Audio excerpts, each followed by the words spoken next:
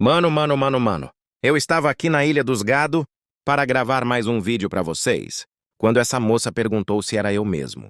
Pai tá ficando famoso. Farmando Aura. Aí eu falei que sim, aí ela se aproximou, pedindo minha ajuda para divulgar o trabalho dela, pois o sonho dessa jovem serelepe é ser cantora tipo a Anitta. Aí chamei ela pro lobby para ver se canta mesmo. E galerinha, me surpreendi. Essa menina canta muito, e eu espero que vocês gostem do que vão ouvir agora. Então, se preparem, peguem seu fone de ouvido sem galantia e escutem. Ah, tá bom. Desde pequena sempre foi meu sonho ser MC. Eu falava pra minha família que eu queria ser igual aos MCs.